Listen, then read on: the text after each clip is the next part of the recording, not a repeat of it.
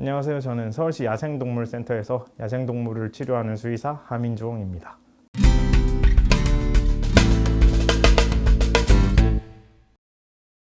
어렸을 때부터 동물을 좋아했지만 꼭 동물 관련 일을 해야겠다 이렇게 생각이 들 정도로 좋아하지는 않았고요.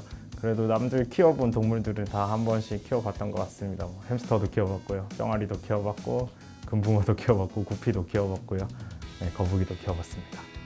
결정적인 계기라고 한다면 제가 원앙소리라는 영화를 봤는데 거기 소가 참 예쁘더라고요. 그래서 착한 소들 잘 치료해주는 일도 참 보람 있을 것 같다, 그런 생각을 잠깐 해서 그게 딱 수능 치고 원서 넣기 직전이어가지고 그때 영향이 컸던 것 같습니다.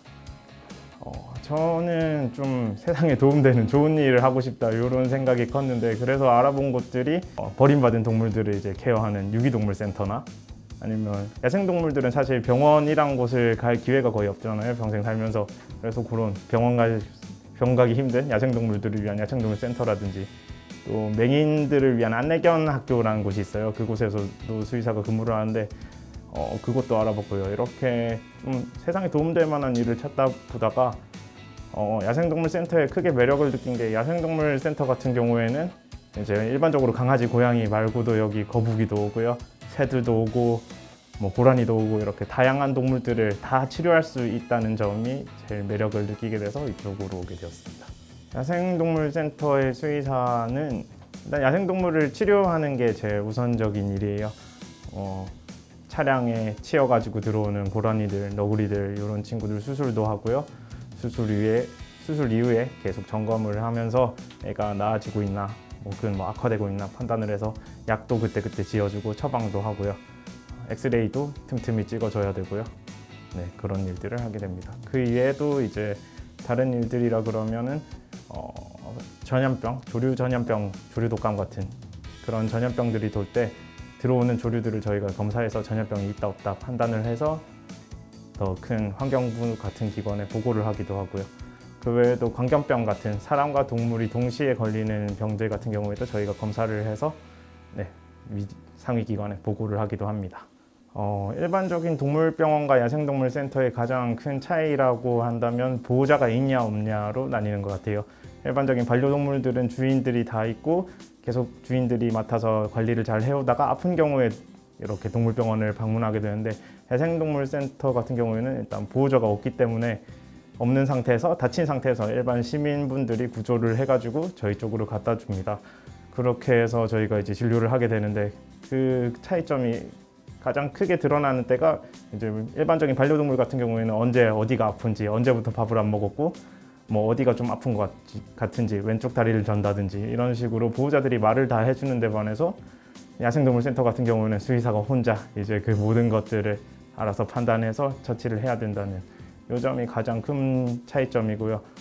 그래서 저희가 수의사이기도 하면서 동시에 저희 입원하는 동안은 제가 보호자이기도 한 두 가지 역할을 하는 게 큰 차이점입니다. 가장 뿌듯한 순간은 제가 수술하거나 처치를 하거나 치료를 잘 해서 너구리가 한 발을 못 쓰던 너구리였는데 네 발을 다 자유롭게 쓰면서 이제 들판으로 달려나갈 때, 그런 걸 보면 굉장히 뿌듯하고요. 새도 날개를 다쳐서 계속 못 날던 새였는데 6개월이고 1년이고 계속 열심히 잘 치료해가지고 애가 결국 잘 날아서 자연으로 돌아갈 때 가장 뿌듯함을 느낍니다. 여러 가지 동물들을 진료하다 보니까 동물마다 다 특징이 다르고, 예를 들면 고라니 같은 경우에는 위가 4개고요. 새들 같은 경우에는 호흡을 하기 위한 이런 기낭이라는 이런 게 존재하는데, 그런 걸 잘못 찌르면 굉장히 좀 새가 위험해질 수 있거든요. 그런 특징들을 하나하나 다 좀 알고 있어야지 내 환자들이 위험하지 않게 치료를 할 수 있다는 점이 가장 어렵습니다. 공부를 많이 해야 돼요. 안락사 할 때 제일 기억에 많이 남아요. 그냥 제가 좀 더 치료를 잘할 수 있지 않았을까, 좀 더 얘를 잘했으면 자연에 날아갈 수 있었는데 뭔가 실수해가지고 혹시 얘가 죽게 되지는 않는 건가, 내가 죽이게 되는 건 아닌가, 그런 생각이 좀 많이 들어서 그런 안락사하는 친구들이 많이 기억에 남아요. 최근에는 수리부엉이가 한 마리 있었는데, 수리부엉이가 되게 큰 부엉이거든요. 걔가 거의 저희 센터에 6개월 정도 있었어요. 그래서 밖에 방사되기 직전까지 갔다가 갑자기 날개에 이제 혹 같은 게 생겨서 혹 제거하는 수술을 했는데 그 뒤로 날개 깃털이 자꾸 빠지고 애가 못 날게 되더라고요. 그래서 어쩔 수 없이 안락사를 진행해야 되는데 그런 친구들은 기억에 오래오래 많이 남습니다. 일반적으로는 치료가 끝나면 이제 밖에 나가서 살 수 있는지 없는지 자연 적응도에 대한 평가를 하게 돼요. 고라니나 너구리 같은 포유류 같은 경우에는 이제 혼자서 충분히 먹이를 사냥하고 혹은 먹이를 먹을 능력이 되는지를 평가를 하게 되고요. 조류 같은 경우에는 충분히 혼자 날아서 활동이 가능한지, 날아다니면서 먹이 사냥이 가능한지 이런 여부들을 판단을 하게 돼요.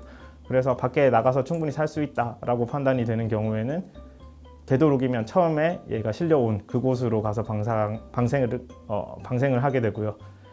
만약에 그곳이 너무 붐비는 사람이 많은 곳이다 그러면 그 근처에 사람이 없는 인적이 드문 야산이나 뭐 들판, 공원 같은 곳에 가서 방사를 하게 됩니다. 야생동물이란 분야가 사실 뭐 되게 재밌고 흥미로워 보이지만 사실 힘든 점도 많고 뭐 구해볼 책도 없는 이런 힘든 열악한 부분들이 많아요. 그렇지만 계속 꿈을 잃지 않고 목표를 정해놓고 하루하루 열심히 살다 보면 언젠가는 꼭 야생동물 수의사를 하고 싶은 친구들은 꿈을 이룰 수 있다고 생각을 합니다.